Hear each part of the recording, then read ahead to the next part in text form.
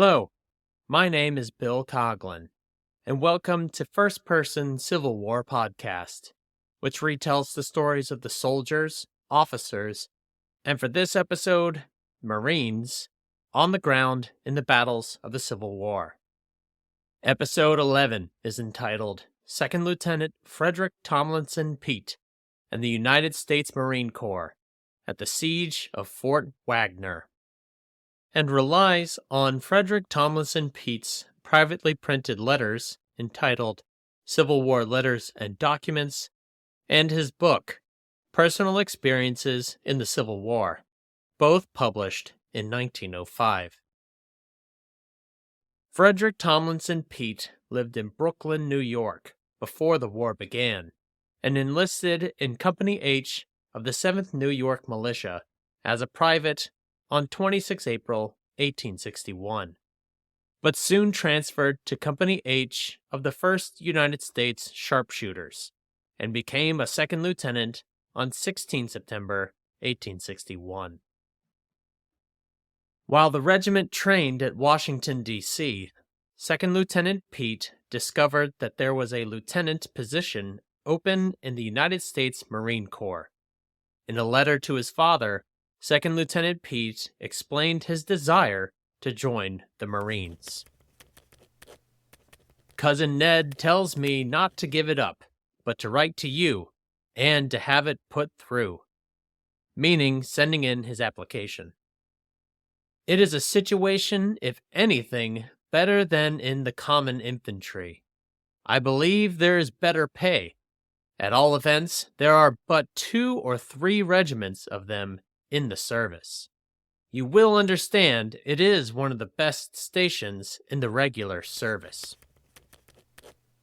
For several months, Second Lieutenant Peet heard nothing from the Marines about his application, and departed with the 1st United States Sharpshooters to Virginia, where he saw action during the Peninsula Campaign.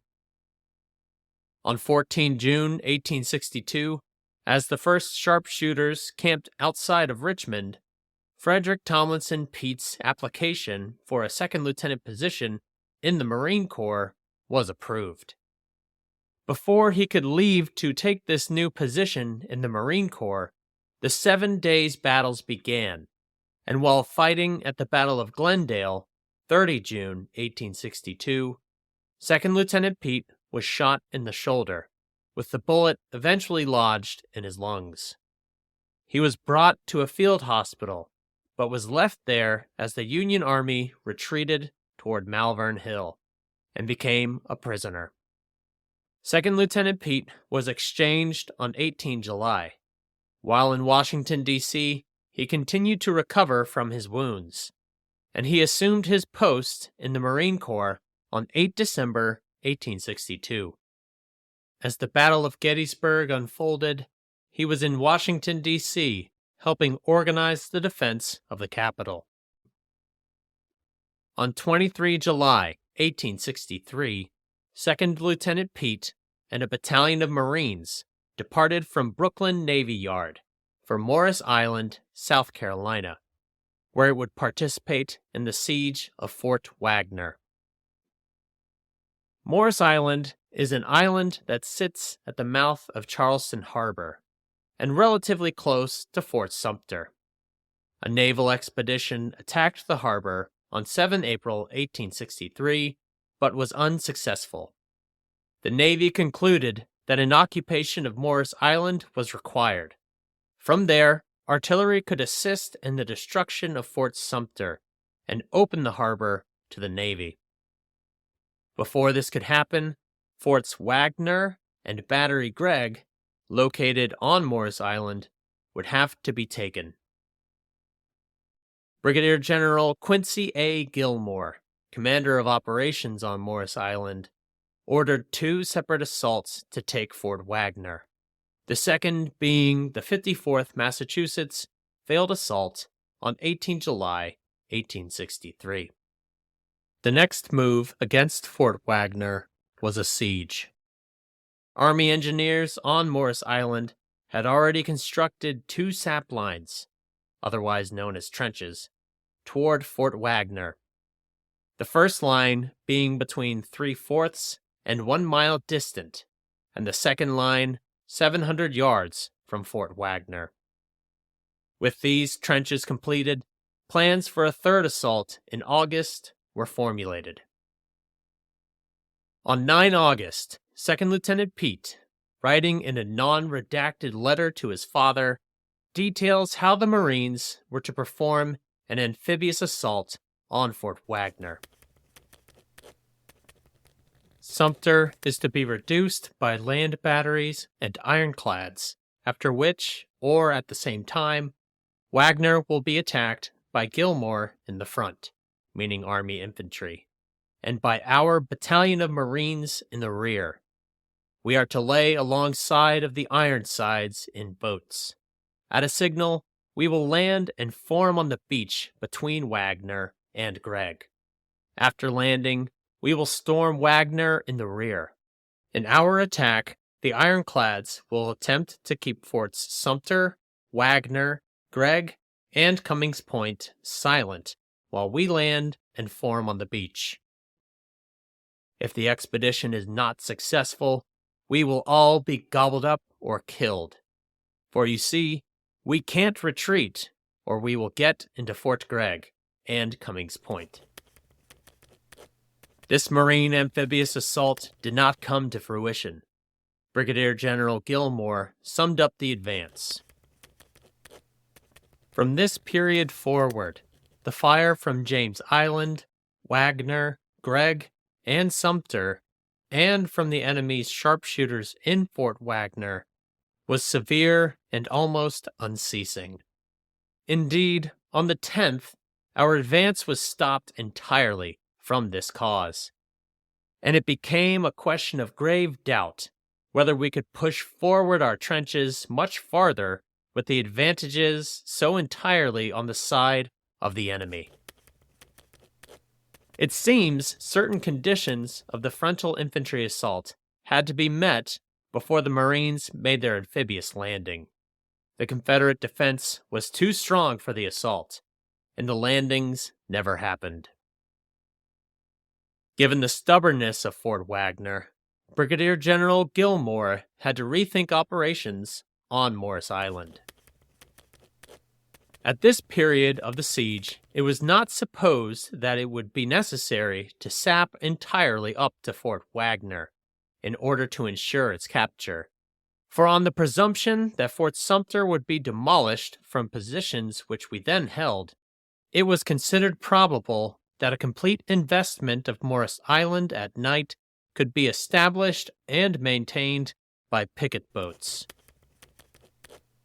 Brigadier General Gilmore resolved to dig more sap trenches to accommodate even more artillery, and 2nd Lieutenant Peet and the Marine Battalion would join in the siege operations. Work began on a third trench, which was 370 yards, or less than a quarter mile from Fort Wagner. Of the 12 batteries of heavy artillery and mortars brought in to occupy these trenches, only 4 batteries would engage Fort Wagner.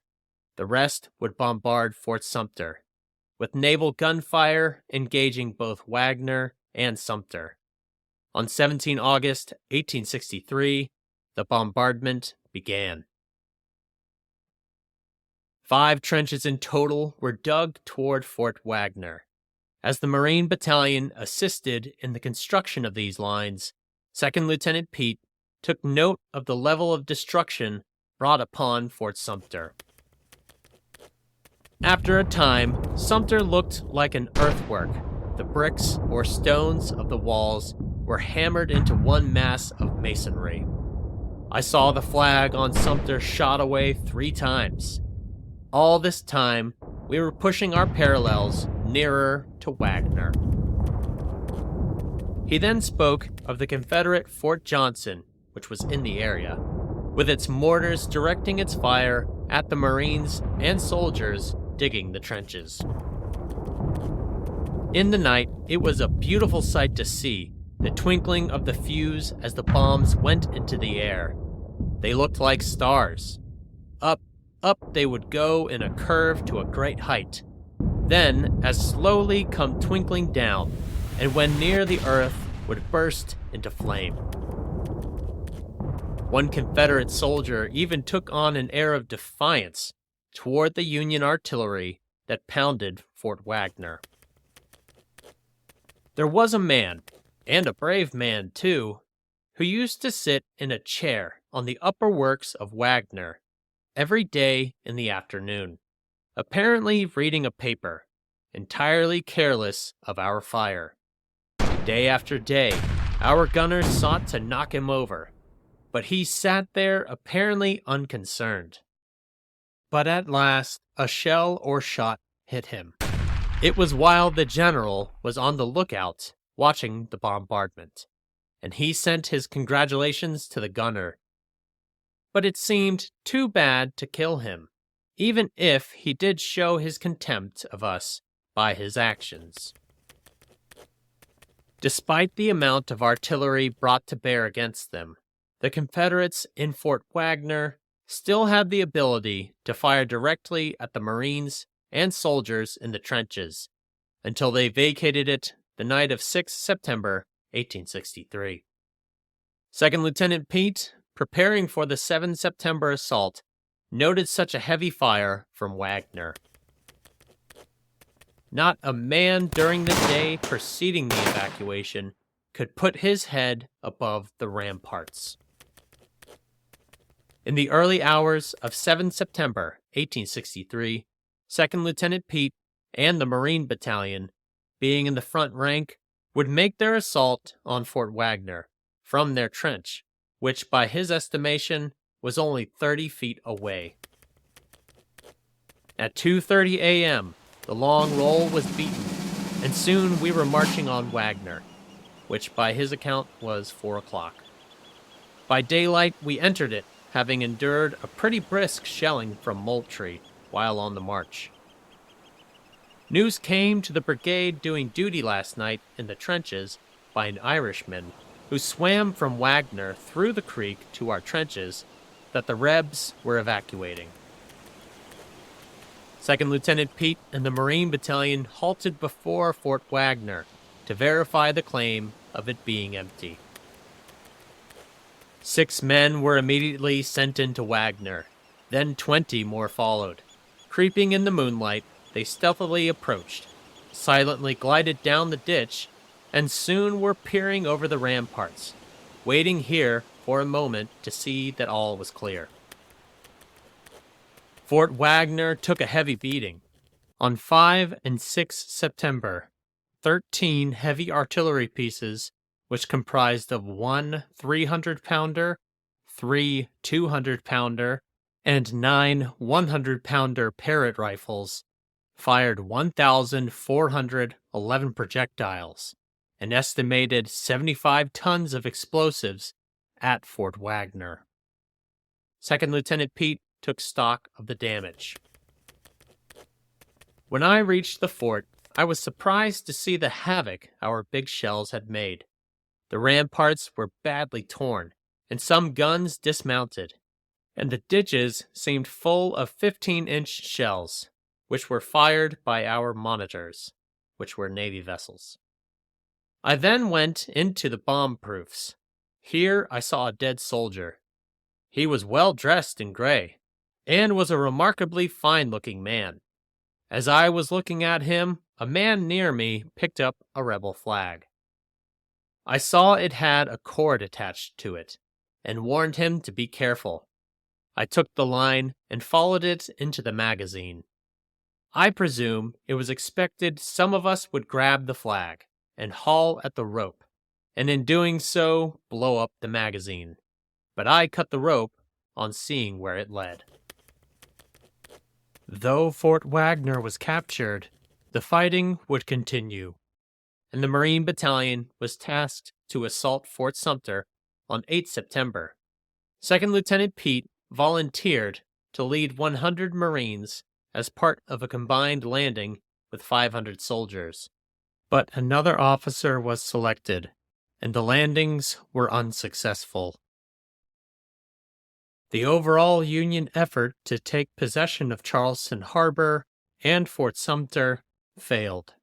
2nd Lieutenant Peet and the Marines moved to Folly Island, which was close to Morris Island, in early October, and remained there until he was ordered to return to New York City. 2nd Lieutenant Peet volunteered for service on the steamer Niagara and was tasked to hunt down the Alabama, a Confederate ship operating in the Atlantic. While off the coast of Newfoundland, they received news that the Alabama sank while fighting the USS Kearsarge off Cherbourg, France. While underway, he was promoted to first lieutenant in 1864 and continued to serve on the USS Niagara, which was in Spain when the war ended. Frederick Tomlinson Peet continued his service in the United States Marine Corps until 28 August 1869, when he resigned his commission. After his service, he returned to Brooklyn, where he became active in several veterans organizations, such as the Military Order of the Loyal Legion, the Military Order of Colonial Wars, and the Army and Navy clubs.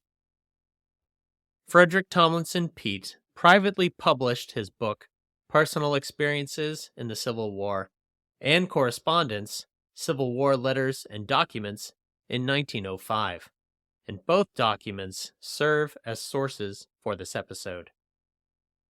I found it interesting that 2nd Lieutenant Peet sent a letter to his father that detailed how the Marine Battalion would conduct their amphibious assault.